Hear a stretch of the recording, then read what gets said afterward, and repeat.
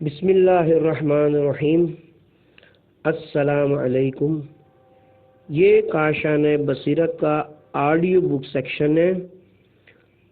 ہم جو کتاب ریکارڈ کر رہے ہیں اس کا نام ہے پیغمبر اکرم حضرت محمد صلی اللہ علیہ وآلہ وسلم کی سیاسی اور مجاہدانہ زندگی، رہبر معظم انقلاب اسلامی حضرت آیت اللہ سید علی خامنہئی کے بیانات اور تقاریر کی روشنی میں، ماخوذ از 250 سالہ انسان مترجم سید کوثر عباس موسوی صاحب اور پروف ریڈنگ و تصحیح سید عقیل حیدر زیدی صاحب نے کی ہے۔ اب ہم کتاب کا پارٹ نمبر 3 پڑھیں گے، اسلامی نظام کی دشمنوں سے حفاظت۔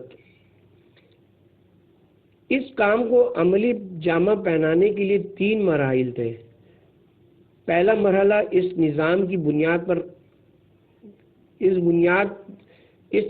بنیاد رکھنا تھا جو مذکورہ کاموں کے ذریعے انجام پایا۔ دوسرا مرحلہ اس نظام کی حفاظت کا تھا، ایک زندہ اور موجود چیز جو رشد و کمال کی طرف بڑھ رہی ہو، اگر طاقتور حلقوں کو پتہ چلے تو طبعی طور پر اسے اپنے لیے خطرہ سمجھتے ہیں اور یقیناً اس کے دشمن ہو جاتے ہیں۔ اب اگر پیغمبر اسلام صلی اللہ علیہ وسلم کمال ہوشیاری کے ساتھ اس نوزائیدہ نظام کو اس کے دشمنوں سے بچانے میں کامیاب نہ ہو سکیں تو یہ نظام تباہ و برباد ہو سکتا ہے اور آپ کی تمام زحمتیں رائگاں جا سکتی ہیں۔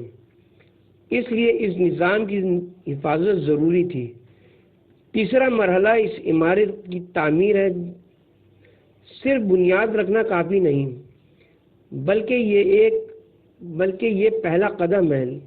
لہذا ان تینوں مرحلوں کو بالترتیب انجام دینا ضروری تھا۔ البتہ اس نظام کے پہلے مرحلے یعنی بنیاد رکھتے ہوئے بھی دشمن سے بچ کے رہنے اور اس کے بعد اس کی حفاظت بھی ضروری تھی۔ اسی طرح اس نظام کی بنیاد ہی میں لوگ اور ان کے اجتماعی مسائل پر بھرپور توجہ دی گئی ہے اور اس کے بعد ان پر خاص توجہ دی جاتی رہی۔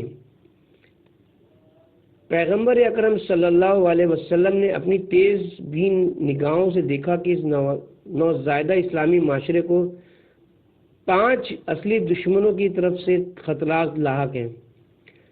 پہلا دشمن ارد گرد کے قبائل تھے۔ بعض اوقات دشمن چھوٹا اور بے اہمیت ہوتا ہے مگر اس سے غفلت برتنا نقصان دہ ثابت ہوتا ہے، کیونکہ ممکن ہے یہی چھوٹا دشمن کچھ مدت کے بعد بڑے دشمن کی شکل اختیار کر لے۔ یہ دشمن کون ہیں؟ یہ اطراف مدینہ کے کچھ ایسے قبائل تھے جنہیں وحشی کہنا نامناسب نہ ہوگا۔ ان کی پوری زندگی جنگ و خوریزی، قتل و غارت گری اور ایک دوسرے کے خلاف کارروائیوں سے عبارت تھی۔ مدینہ میں قابل اطمینان اجتماعی نظم و ضبط کے باوجود امن کی خاطر حضور اکرم صلی اللہ علیہ وسلم کے لیے ضروری تھا کہ ان قبائل کے حوالے سے کوئی فیصلہ کریں۔ لہذا آپ نے ہر اس قبیلے سے امن و سلامتی کا معاہدہ کیا جس میں ذرہ برابر بھی مروت و مردانگی پائی جاتی تھی۔ ابتدا میں انہیں اسلام کی طرف دعوت نہیں دی بلکہ انہیں اپنے کفر و شرک پر باقی رہنے دیا اور معاہدہ صرف امن کی بحالی کے لیے کیا۔ آپ اپنے اس معاہدے کے پابند رہے، لیکن جب ان لوگوں نے ہی معاہدہ توڑ دیا تو سرور کائنات صلی اللہ علیہ وسلم نے بھی انہیں سبق سکھانے کی تدبیر کی۔ تاریخ اسلام کے متعدد سریوں کا تعلق انہی معاہدہ شکن شریر اور غیر قابل اعتماد قبائل سے ہے جن لوگوں کو نصیحت کی زبان راست نہیں آتی۔ ان کے فتنوں کی آگ کو صرف زور بازو سے ہی خاموش کیا جا سکتا ہے۔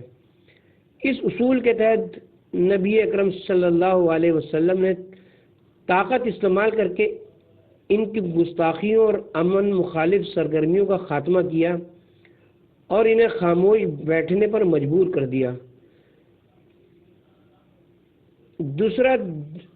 دشمن مکہ مکرمہ میں موجود مشرکین تھے، مکے کو مرکزیت حاصل تھی، اگرچہ یہاں پر قانونی طور پر کسی ایک کی حکومت نہیں تھی، مگر کچھ متکبر، طاقتور اور با اثر سرداروں کے گروہ کی دادا گیری ضرور چلتی تھی۔ ان کے آپس میں خلفشار اور اختلافات تو تھے ہی، لیکن اس جدید اور نئے دین کے مقابلے میں ان کا اتحاد مثالی تھا۔ پیغمبر خدا صلی اللہ علیہ وسلم مکے والوں کو ایک بڑے خطرے کی شکل میں دیکھ رہے تھے، اور عملاً بھی ایسا ہی ہوا۔ رسول اکرم صلی اللہ علیہ وسلم نے یہ محسوس کیا کہ اگر وہ انتظار میں رہے کہ یہ لوگ خود آپ کے پیچھے چلے آئیں گے، یقیناً دشمن کو ایک بہترین موقع مل جائے گا، لہذا آپ خود ہی ان کے پیچھے چلے گئے۔ البتہ آپ سیدھے مکے کی طرف نہیں گئے، بلکہ ان کا ایک تجارتی قافلہ جو مدینے کے قریب سے گزر رہا تھا، اسے آپ کے حکم سے روک لیا گیا۔ جنگ بدر کی ابتدا اسی سے ہوئی۔ جب آپ نے تجارتی قافلے کو روکا تو وہ تعصب اور کینہ کے مارے آپ کے خلاف جنگ کے لیے میدان میں اتر آئے۔ اللہ تعالیٰ کے وعدے کے مطابق مسلمانوں کو پہلے ہی یہ خبر ملی تھی کہ وہ کافروں کے اس گروہ کو شکست دینے میں کامیاب ہو جائیں گے، اور یہ ہجرت کے دوسرے سال کا واقعہ ہے کہ قریش کا ایک تجارتی قافلہ اپنی تجارتی سامان لے کر مدینے کے راستے شام سے مکہ جا رہا تھا۔ جب یہ قافلہ مدینے کے قریب پہنچا تو مسلمان سپاہیوں نے اسے گھیر لیا۔ جب کفار مکہ کو اس بات کی اطلاع ملی تو ان کا ایک مسلح گروہ اپنے ساتھیوں کو بچانے کے لیے مدینے کی طرف روانہ ہوا۔ ادھر اکثر مسلمانوں کی یہ خواہش تھی کہ وہ اس تجارتی قافلے کو، جن کے پاس اپنے دفاع کا کوئی خاص انتظام نہ تھا، گرفتار کریں، لیکن حکم خدا یہ تھا کہ مسلمان قریش کے مسلح گروہ سے مقابلہ کریں۔ اور اس وقت کو یاد کرو جب خدا تم سے وعدہ کر رہا تھا کہ وہ دو گروہوں میں سے ایک تمہارے لیے بہرحال ہے، اور تم چاہتے تھے کہ تمہارے لیے وہ غیر مسلح تجارتی گروہ ہو۔ سورہ انفال آیت نمبر 7۔ مسلمان اس بات سے بخوبی آگاہ تھے کہ اس جنگ میں وہ کامیاب ہونے والے ہیں، لیکن انہیں یہ نہیں معلوم تھا کہ وہ اس مسلح گروہ کو شکست دینے والے ہیں، بلکہ وہ شام سے لوٹنے والے قافلے کو گرفتار کرنے کو ہی اپنی کامیابی سمجھتے تھے۔ لیکن پیغمبر اسلام صلی اللہ علیہ وسلم نے ان کا راستہ تبدیل کیا اور آپ انہیں قریش مکہ کے مسلح گروہ سے مقابلے کے لیے لے گئے اور ان کے تجارتی قافلے کو جانے دیا۔ بدر نامی جگہ پر مسلمانوں اور قریش مکہ کے درمیان مقابلہ ہوا۔ اب اس کی کیا وجہ تھی کہ اللہ تعالیٰ نے مسلمانوں کے رخ کو تجارتی قافلے کی طرف سے موڑ کر قریش مکہ کے اس مسلح گروہ کی طرف کر دیا؟ اس کی وجہ یہ تھی کہ مسلمان صرف قریب کے ہدف کو دیکھتے تھے، جبکہ ارادہ اور مشیت الہی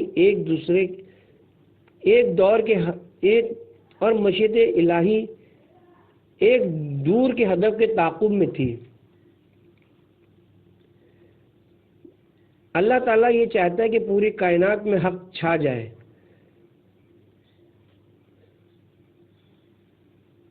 یعنی اللہ تعالیٰ چاہتا ہے کہ باطل مٹ جائے، کیونکہ وہ طبیعتاً زوال پذیر ہی ہوتا ہے۔ اللہ اپنے کلمات کے ذریعے حق کو ثابت کرنا چاہتا ہے۔ سورہ انفال آیت نمبر 7، تاکہ ثابت ہو جائے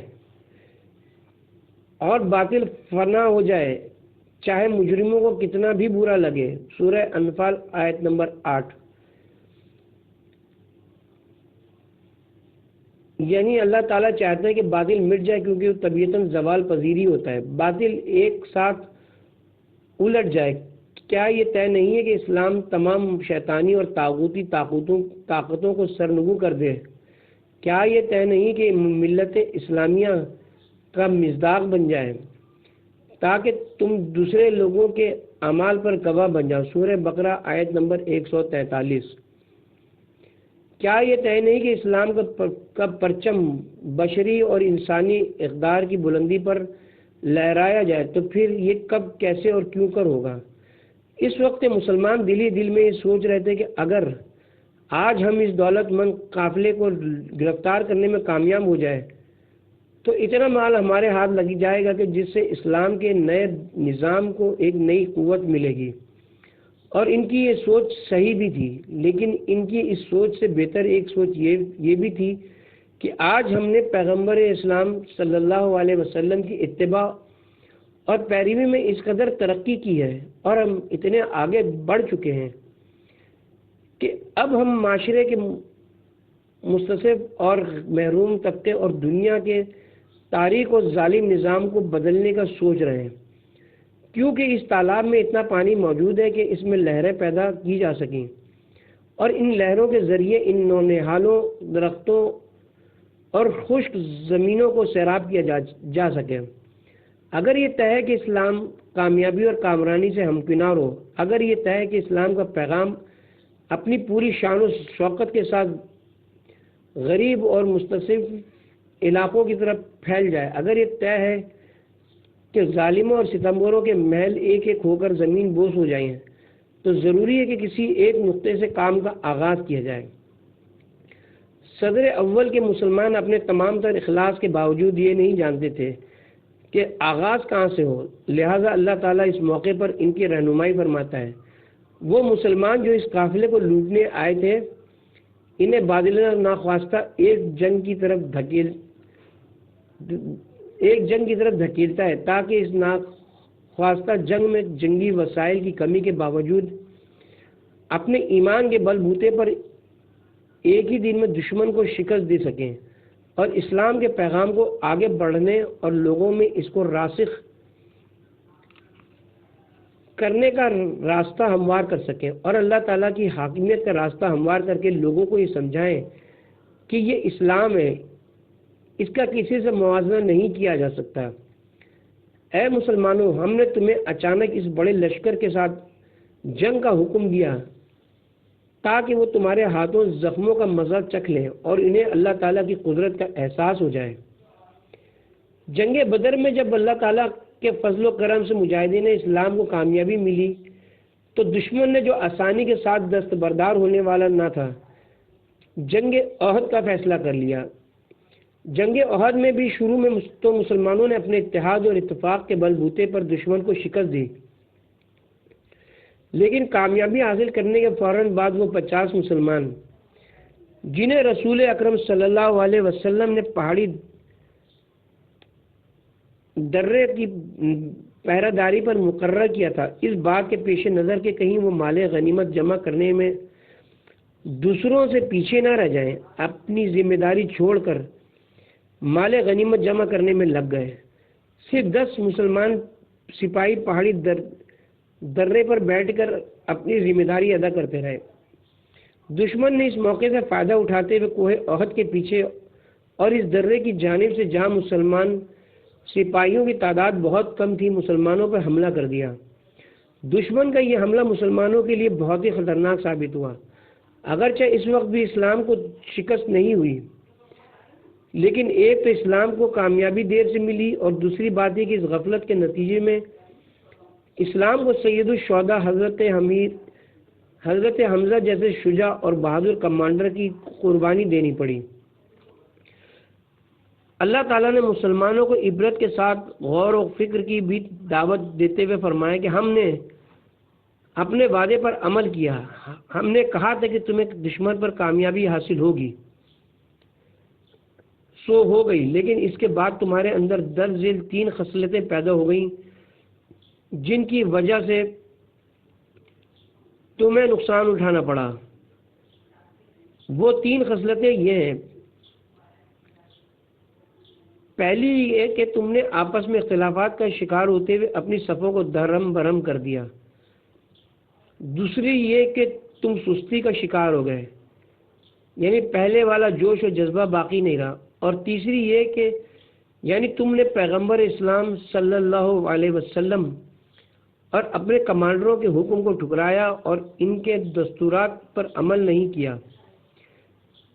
پس جب تمہارے اندر یہ تین خصلتیں پیدا ہوئیں تو دشمن کو یہ موقع ملا کہ وہ پیچھے سے تم پر حملہ کر سکے اور اسلام کے عزیز ترین سپاہیوں کو خاک و خون میں غلطہ کرے، جس کے نتیجے میں ملت اسلامیہ کو ایک شجاع اور بہادر شخص سے ہاتھ دھونا پڑا۔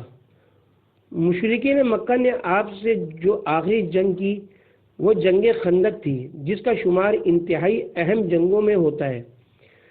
مشرکین مکہ نے اپنی اس شرمناک سازش کو عملی جامہ پہنانے کے لیے یہودیوں اور دیگر بہت سارے بت پرست قبائل کی مدد حاصل کی۔ وہ چاہتے تھے کہ مدینہ منورہ پر ایک بڑا اور فیصلہ کن حملہ کر کے اسلام کی اس تازہ حکومت کا خاتمہ کر دیں اور رسول خدا صلی اللہ علیہ وسلم اور ان کے 200-400 وفادار اور جانثاروں کو شہید کر کے اسلام کا نام و نشان مٹا دیں۔ لیکن ان کے یہاں پہنچنے سے پہلے ہی جب حضور اکرم صلی اللہ علیہ وسلم کو اس سازش کا پتہ چلا تو آپ نے خندق کھدوائی۔ جس جگہ سے مدینے پر حملے کا خطرہ تھا وہاں پر تقریباً 40 میٹر چوڑی خندق کھودی گئی۔ رمضان المبارک کا مہینہ تھا، بعض روایت کے مطابق سخت سردی کا موسم تھا۔ اس سال بارشیں نہ ہونے کی وجہ سے لوگوں کے محصولات کی بھی خاصی کمی ہو گئی تھی، لہذا بے شمار مشکلات کا سامنا تھا۔ ان سب سے بڑھ کر یہ کہ خود حضور اکرم صلی اللہ علیہ وسلم بنفس نفیس خندق کھودنے میں مصروف تھے۔ جب خندق کی کھدائی کا کام شروع ہوا تو آپ وہاں موجود تھے اور دیکھتے تھے کہ جب بھی ان میں سے کوئی تھک جاتا یا کام صحیح طریقے سے انجام نہیں دے پاتا تو آپ آگے بڑھ کر اس کے ہاتھ سے اوزار لے لیتے اور خود کام کرنا شروع کر دیتے تھے۔ یعنی آپ صرف حکم ہی نہیں چلاتے تھے بلکہ بنفس نفیس لوگوں کے درمیان موجود ہوتے تھے اور کام کرتے تھے۔ مشرکین مکہ نے جب مدینے کے اطراف میں کھدی ہوئی خندق کو دیکھا اور انہیں احساس ہو کہ وہ خندق پار نہیں کر سکتے ہیں تو مایوس ہو کر واپس لوٹ گئے۔ اس موقع پر آپ نے فرمایا، مشرکین مکہ کا ہم پر یہ آخری حملہ تھا، آج کے بعد وہ ہم پر حملہ نہیں کر سکیں گے، بلکہ اب ہماری باری ہے، ہم مکہ مکرمہ جا کر ان پر حملہ کریں گے۔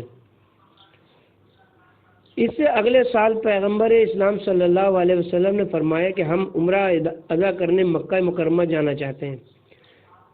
صلح حدیبیہ کا واقعہ جو تاریخ اسلام کا بڑا پرمغز اور پرمعنی واقعہ ہے، اس کا تعلق بھی اسی زمانے سے ہے۔ حضرت صلی اللہ علیہ وسلم عمرے کے قصد سے مکہ مکرمہ کی طرف روانہ ہوئے۔ مشرکین نے دیکھا کہ حضور اکرم صلی اللہ علیہ وسلم ایسے مہینے میں مکہ کی طرف آ رہے ہیں جو قابل احترام ہے کہ جس میں جنگ نہیں کی جا سکتی، کیونکہ مشرکین بھی ان مہینوں کا احترام کرتے تھے۔ لہذا سوچنے لگے کہ کیا کیا جائے، آپ کو آنے دیا جائے یا روک دیں؟ اگر آنے دیتے ہیں تو پھر مقابلے کی کیا صورت ہو؟ کیا ماہ حرام میں بھی جنگ کی جائے؟ کس طرح جنگ کی جائے؟ اس طرح کے ڈھیروں سوال ان کے ذہنوں میں اٹھ رہے تھے۔ آخر کار فیصلہ یہ ہوا کہ حضرت محمد مصطفیٰ صلی اللہ علیہ وسلم کو مکہ مکرمہ میں داخلے کی اجازت نہیں دی جائے گی اور موقع ملتے ہی مسلمانوں کا قتل عام کر دیا جائے گا۔ لیکن رسول خدا صلی اللہ علیہ وسلم کی اعلیٰ تدبیر کے نتیجے میں یہی کفار مکہ حضرت کے ساتھ معاہدہ کرنے پر مجبور ہوئے، جس کے مطابق یہ طے پایا کہ آپ آئندہ سال مکہ مکرمہ عمرہ بجا لا سکتے ہیں۔ یہ معاہدہ آپ کے دائرے تبلیغ کی مزید وسعت کا سبب بنا۔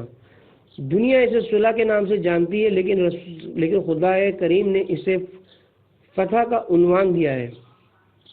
بے شک ہم نے آپ کو کھلی فتح عطا کی ہے۔ اگر صحیح اور مستند تاریخ کی طرف رجوع کیا جائے تو صلح حدیبیہ کے حوالے سے بڑے حیرت انگیز حقائق سامنے آئیں گے۔ صلح کے دوسرے سال حضور اکرم صلی اللہ علیہ وسلم عمرے کی ادائیگی کے لیے تشریف لے گئے اور دشمنان اسلام کی مخالفتوں کے باوجود آپ کی شان و شوکت میں مزید اضافہ ہوتا رہا۔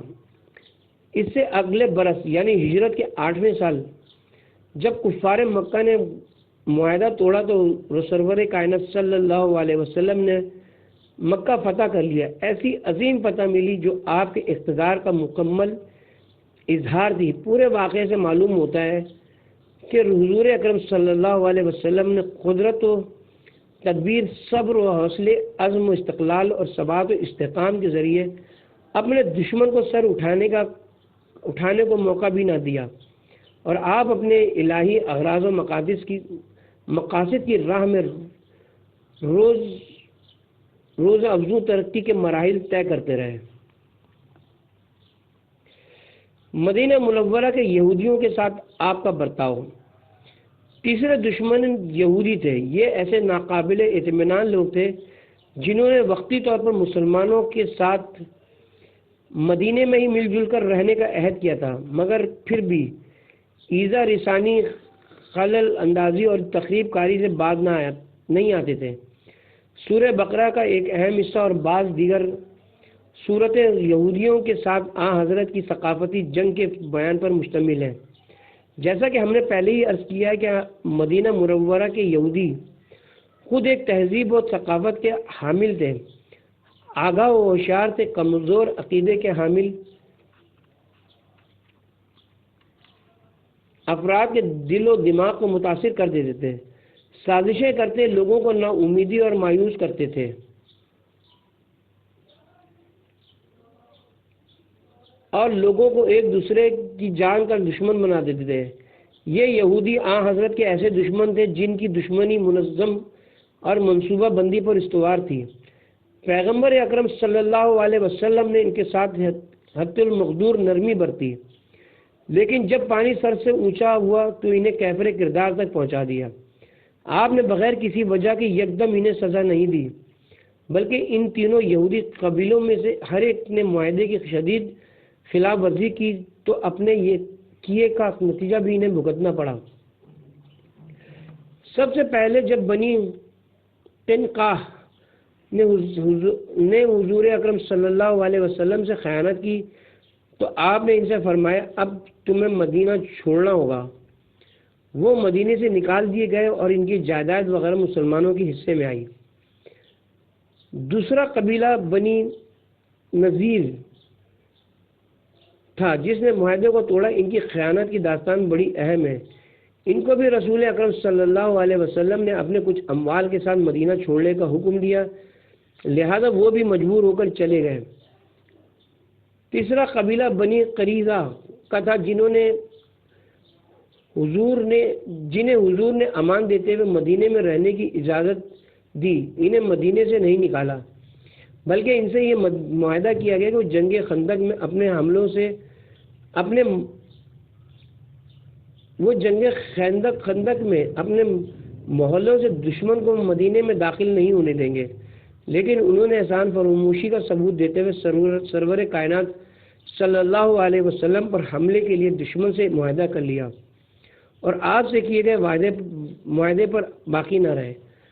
مدینے کے ایک حصے میں رسول اکرم صلی اللہ علیہ وسلم نے مدینے کی حفاظت کے لیے خندق کھدوائی تھی، اور دوسری جانب ان یہودیوں کا محلہ تھا جہاں سے دشمن کو روکنا ان کے ذمہ لگایا گیا تھا، لیکن ان خیانت کاروں نے معاہدے پر عمل کے بجائے پیٹھ پر خنجر مارنا چاہا اور دشمن کے ساتھ مل کر سازش کر لی کہ ایک ساتھ مدینے میں داخل ہو کر مسلمانوں پہ حملے کر دیں گے، مگر ان کی یہ سازش مخفی نہ رہ پائی۔ اس سازش کے آشکار ہونے تک مدینے کے محاصرے کو تقریباً 1 ماہ گزر چکا تھا۔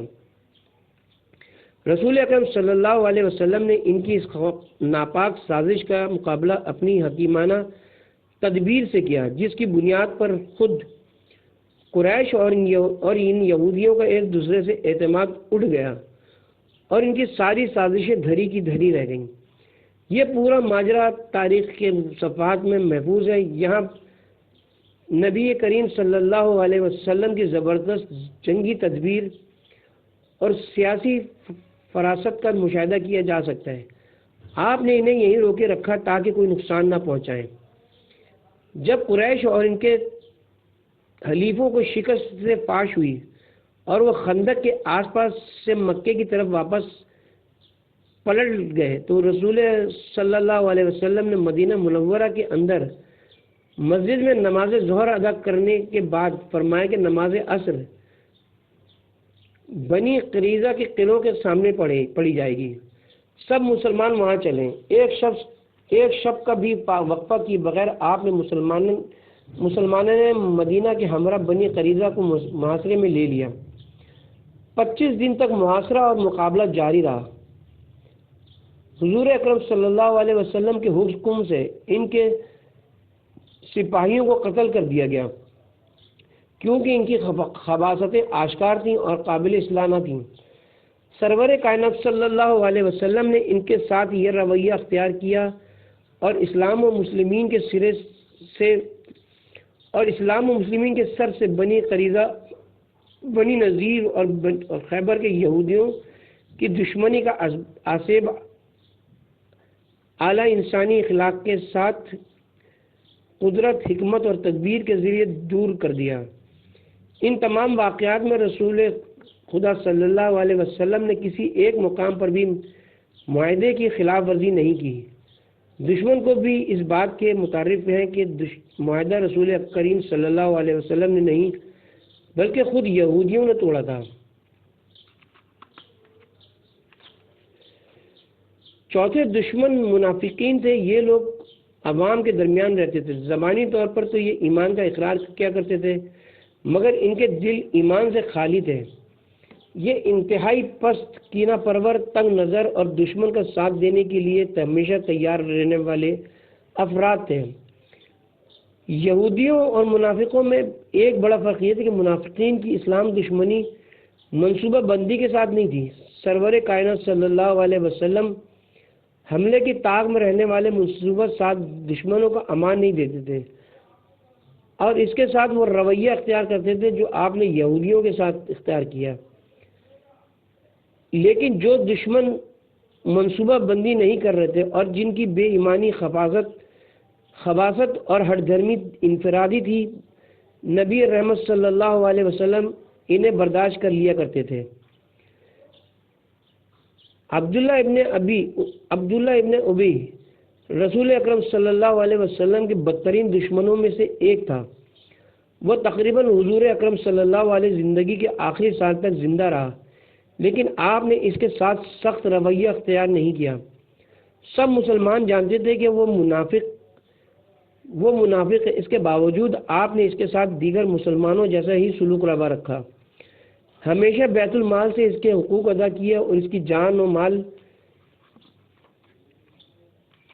کو محفوظ رکھا، جبکہ اس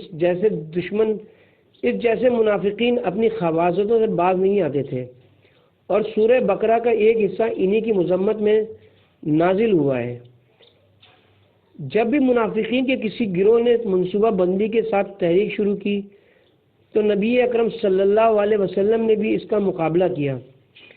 ایک مرتبہ ان لوگوں نے منافقانہ سازش کے لیے زرار نامی مسجد کو مرکز بنایا۔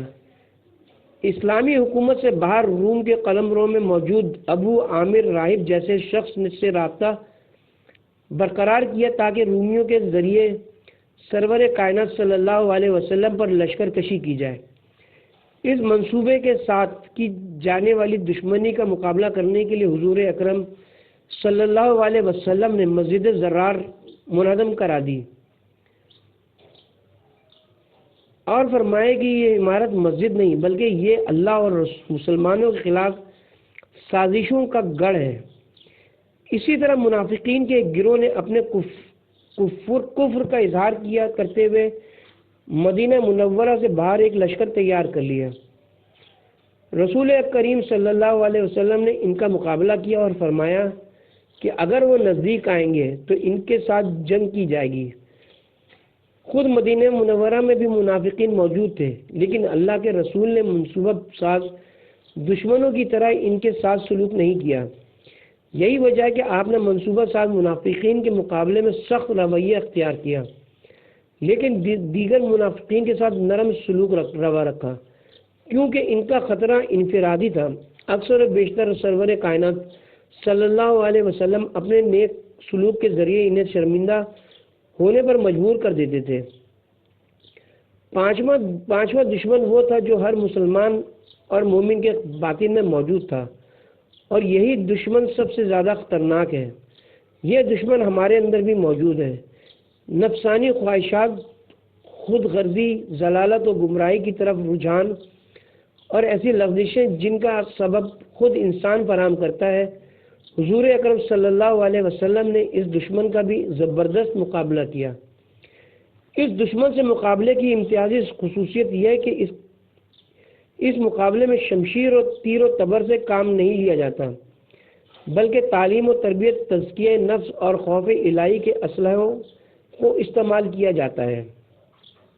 ایک مرتبہ مسلمان لشکر سخت جنگ کر کے لوٹا تو سرور کائنات صلی اللہ علیہ وسلم نے فرمایا، مرحبا ہو تم پر کہ تم لوگوں نے جہاد اصغر تو سر کر لیا اور اب جہاد اکبر باقی رہ گیا ہے۔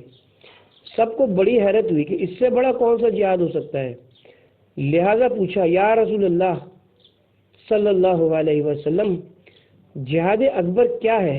ہم نے تو اتنی سخت جنگ لڑی، بڑی زحمتیں صعوبتیں جھیلی، مصیبتیں برداشت کی،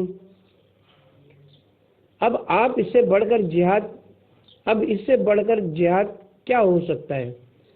آپ نے فرمایا، وہ ہے نفس کے ساتھ جہاد۔ جب قرآن میں ارشاد الہی ہوتا ہے تو اس آیت میں جن کے دلوں میں مرض بتایا گیا وہ سب کے سب منافق نہیں ہیں، بلکہ یوں کہا جائے تو بہتر ہے کہ منافقین بھی اس آیت کے مصداق ہیں۔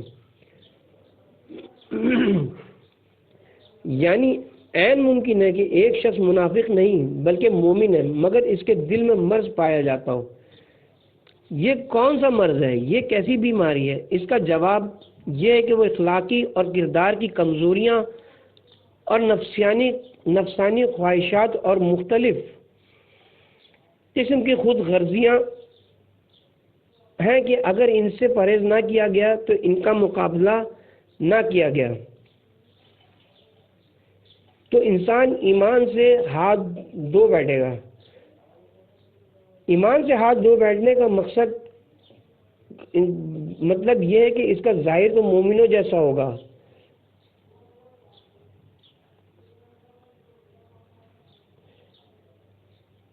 لیکن دل ایمان سے خالی ہوگا، اور اسی کو اسلام کی اصطلاح میں منافق کہا جاتا ہے۔